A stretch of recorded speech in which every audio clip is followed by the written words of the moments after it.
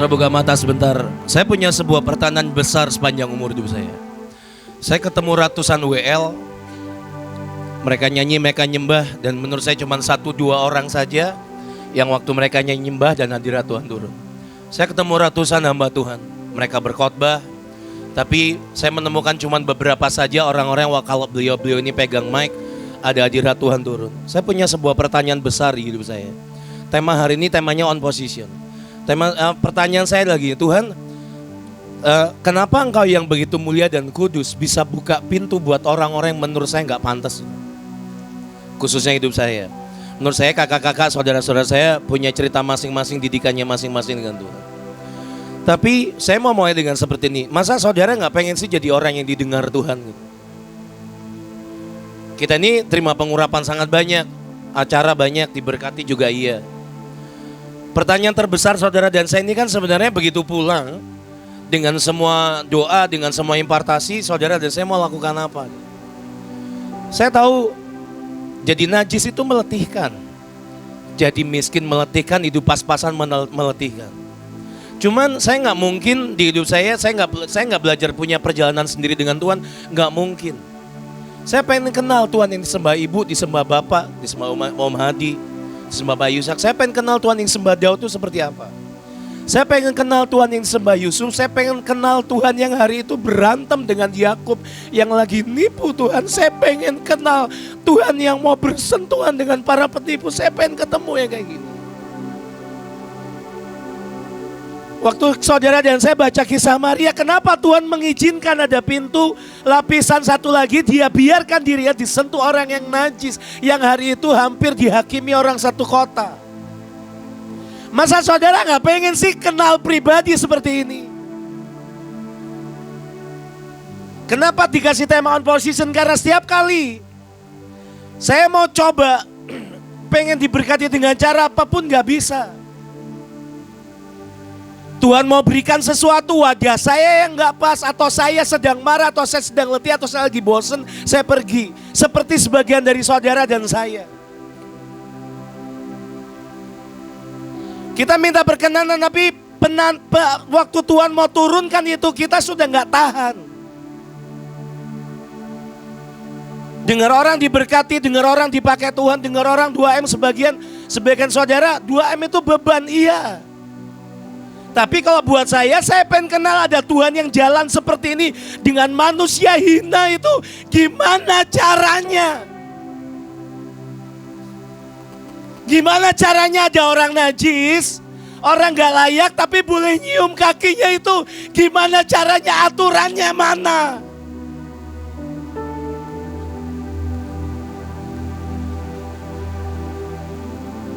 Menurut saya sebagian saudara sudah nyoba bertahun-tahun. Gimana caranya keluar dari pekerjaan saudara sebagai CS? Gimana caranya sebagian saudara dengan hidup dari UMR tiap tahun, tiap bulan? Menurut saya sebagian besar saudara sudah coba. Tapi seringkali setiap kali saudara mau kasih sesuatu, mau lepaskan sesuatu yang tidak dalam waktu yang saudara dan saya pengen, kitanya pergi. On position itu artinya well trained, well prepared. Saudara siap. Dikasih berkat gede, siap. Saya kenal orang-orang yang dikasih berkat besar, dikasih mobil, gajinya sebulan tuh habis seminggu. Saya kenal 5-6 hari habis. Sehingga akhirnya mobilnya ngejograk di rumah. Kenapa? Kapasitasnya gak nyampe. Saudara sering dengar ada hamba-hamba Tuhan atau orang pegang mic kesaksian. Diberkati orang 100 juta, sekian ratus juta. Dapat penglihatan emas turun yang kita diomongin di mana-mana itu. Akhirnya saya ngalamin kok. Yang kadang-kala nunggu itu nggak tahan, saudara. Sehingga daripada nyanyi yang lain, harusnya kita nyanyi Tuhan, mulutku penuh dengan pujian, yang di hati kita yang keluar makian, marah dan semuanya. Salah satu contoh on position paling mudah itu penjahat di sebelah kanan Yesus. Gara-gara yang sebelah kiri berkata, Tuhan, kalau engkau itu memang rabi, guru, Yesus, turunlah dari salibmu. Dan yang negor yang kanan. Bro, kalau kita dihukum itu pantas. Kita dikasih pas-pasan itu pantas karena hati kita kecil, lebih banyak kocehnya dan marahnya. Tapi yang ini gak ada salah apa-apa.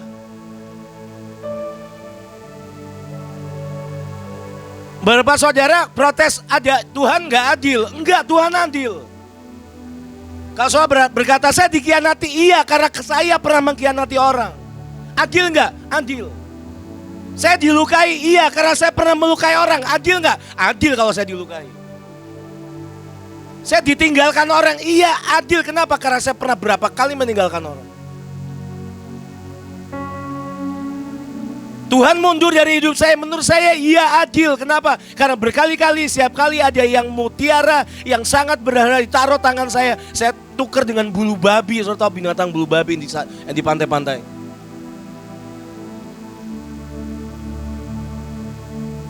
Salah satu cara on position paling mudah itu tahu diri kok saudara. Penjahat sebelah kanan Yesus itu berkata, bro, kita dihukum memang pantas. Tapi yang ini enggak, dia tuh enggak bersalah. Dan tahu-tahu dia berucap seperti Tuhan, Rabi, Guru. Kalau engkau nanti ke Firdaus, ingatlah akan aku. Saudara itu on position dan hari itu Tuhan Yesus berkata, hari ini juga. Engkau akan bersama-sama denganku di Firdaus. On position itu akan menyelamatkan saudara dan saya di saat-saat krusial, di detik-detik terakhir. Kok selama ini kita berespon dengan kepengecutan, dengan kemarahan, dengan gak peduli. Boleh gak kali ini lututnya ditaruh lebih dalam. Semuanya abu-abu gak jelas, gak apa-apa, tungguin aja. Karena begitu kita tahu diri, kita sadar diri, tahu-tahu Raja akan berkata hari ini juga engkau akan bersama aku di Firdaus. Pas gak? Pas banget. Menurut saya di penebusan pertama, orang yang tebus pertama kali oleh Yesus itu ya orang ini. Yang pertama kali masuk di zamannya Tuhan Yesus waktu dia disalibkan. Dia di posisinya sedang dihakimi. Salib dan proses. Banyak orang berkata, caranya gimana dengar Tuhan? Ya, kenapa kita nggak susah dengar Tuhan? Siap kali dicambuk atau dipaku, kita lawan balik sih. Penjahat sebelah kiri Yesus itu masalahnya satu, salib itu nggak ngubah apa-apa di hidupnya, tiga-tiganya disalib, betul nggak? Salib itu nggak menembus batinnya, salib itu nggak nembus perasaannya, salib itu nggak nembus karakternya, nggak nembus pakunya, nggak nembus sama sekali. Harusnya proses, harusnya pukulan, harus dididikan ajaran. Harusnya itu nembus ke dalam hidup saudara dan saya di dalamnya ada yang patah. Beberapa ngalamin tegur dia Pak Ibu. Soalnya belum pernah ngalamin dimaki-maki, disebut, ditunjuk sama ibu. Lucifer, kamu pernah gak?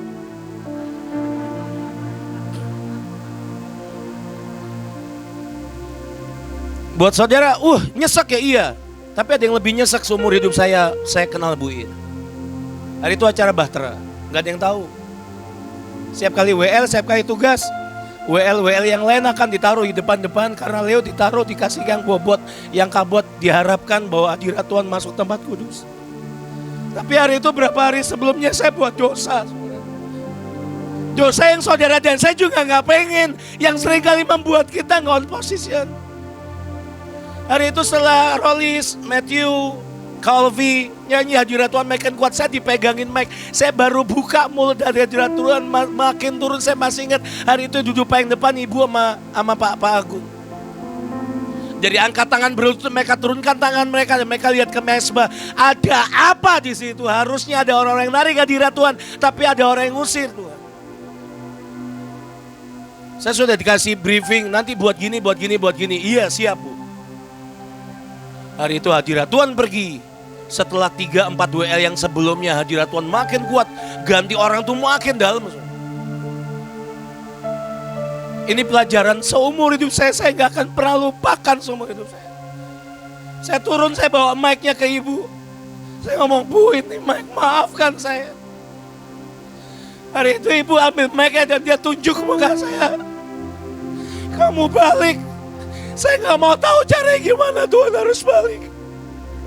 Saya ngomong saya nggak tahu caranya Bu. Terlalu banyak di dalam sini yang memuakan Tuhan. Kurang ajar, sok tahu, sok pinter. Tapi waktu Mike dikembalikan ke saya itu pengalaman seumur hidup. Saya boleh dimaki Lucifer 3 kali, jangan lebih ya Bu.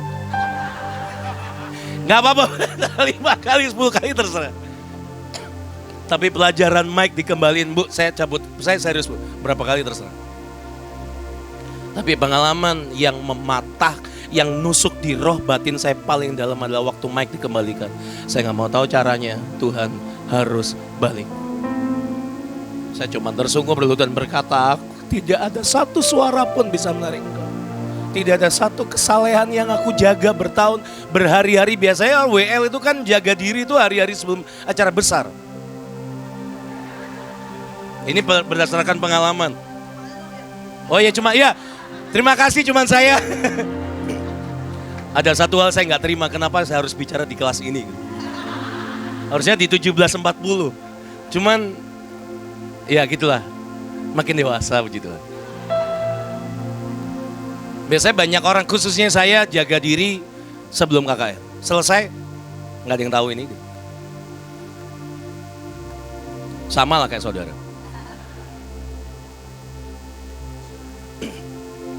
Nah hari itu, waktu Mike dikembalikan, saya tahu saya datang ke Tuhan. Saya pegang. Baru kali itu saya mengerti artinya datang di hadapan Tuhan dengan gemetar. Saya hari itu cuma ingat, hari itu tahu diri itu akan menolong saudara on position. Sehingga saudara taruh beban, entah itu api yang nyala yang membakar batinmu, membuat saudara dan saya gak kuat. Saudara akan stay di tempat itu, di kaki Tuhan sampai dia datang berkenan. Sepulang dari tempatnya di tempat ini, pilihannya saudara. Saya menemukan cukup banyak orang yang begitu pegang mic, hadirat Tuhan turun dengan sengaja. Masa saudara gak pengen sih jadi orang-orang yang nyentuh hati Tuhan? Urusan diberkati silahkan, urusan promosi kita mau. Tapi boleh gak kejar yang terutama waktu saudara dan saya menginginkan hati yang lebih dari apapun. Orang terakhir, contoh terakhir. Maaf saya gak usah buka Alkitab. Daud waktu diurapi Samuel, diurapi jadi raja, tidak serta-merta mengangkatnya dia menjadi raja dalam sekian waktu.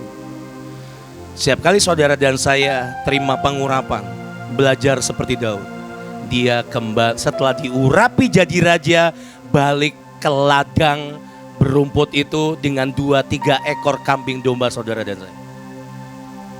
Karena latihan berhadapan dengan singa, beruang itu akan melatih yang di dalam.